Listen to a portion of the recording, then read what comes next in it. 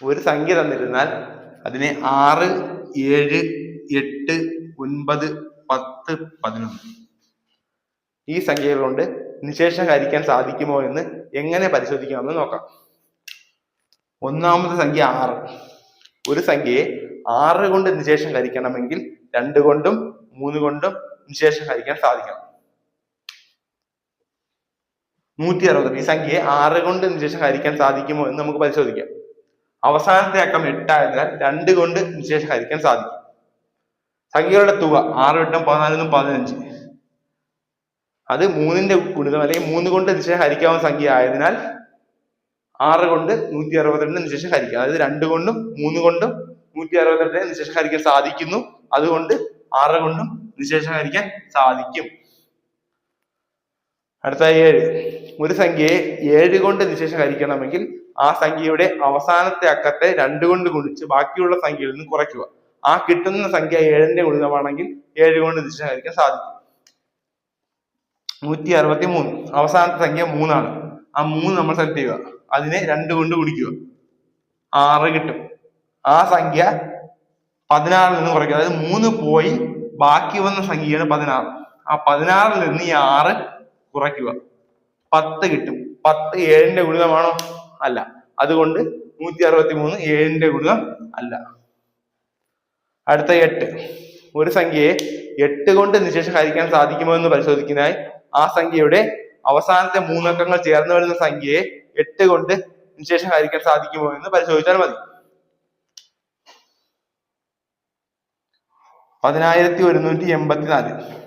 ഇതിലെ അവസാനത്തെ 3 അക്കങ്ങളാണ് 184. അവസാനത്തെ 3 അക്കങ്ങൾ ചേർന്ന് വരുന്ന സംഖ്യയാണ് 184. ഈ 184നെ 8 കൊണ്ട് ഡിവൈഡ് ചെയ്യുക.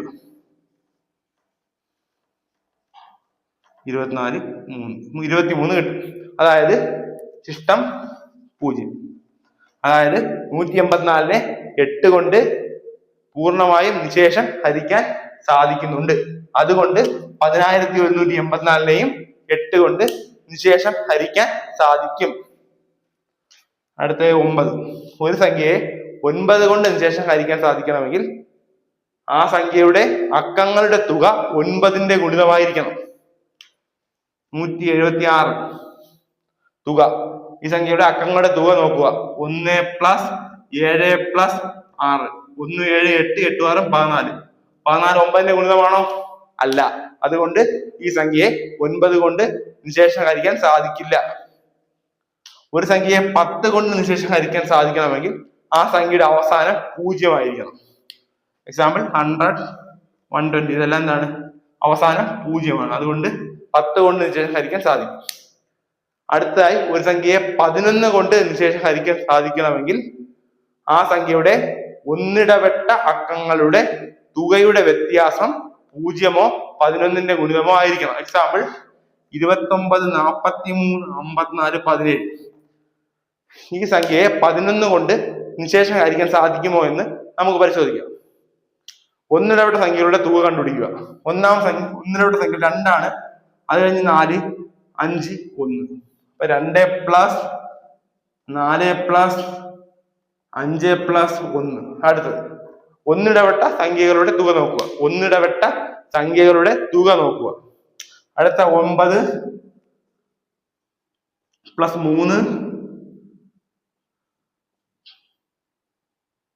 9 + 3 + 4 + 7. ഓക്കെ. ഈ സംഖ്യകൾ കൂട്ടുക. 2 + 4 6. 6, 5, 11. 11, 1, 12.